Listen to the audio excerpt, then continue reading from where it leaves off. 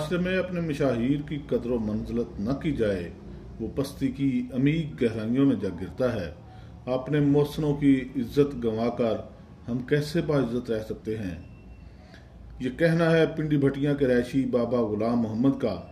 جی ہاں، بابا غلام محمد نے پڑھے لکھے لیکن بے حس معاشرے کو احساس دلانے کی کوشش کی ہے۔ ماچس کی ڈبیا پر قائد اعظم کی تصویر بنانے کے کیا کوئی خاص مقاصد تو نہیں ہے؟ یہی کہنا تھا بابا غلام محمد کا، جس نے سڑک کے قریب کچرے کے ڈھیر سے اپنے عظیم قائد کی تصویر والی ڈبیوں کو اٹھایا اور نمناک آنکھوں اور کانپتے ہاتھوں کے ساتھ انہیں اپنے سینے سے لگا کر سکون حاصل کیا اور حکومت سے مطالبہ کیا کہ ماچس کی ڈبیا پر قائد کی تصویر بنانے والوں کے خلاف فوری طور پر ایکشن لیا جائے۔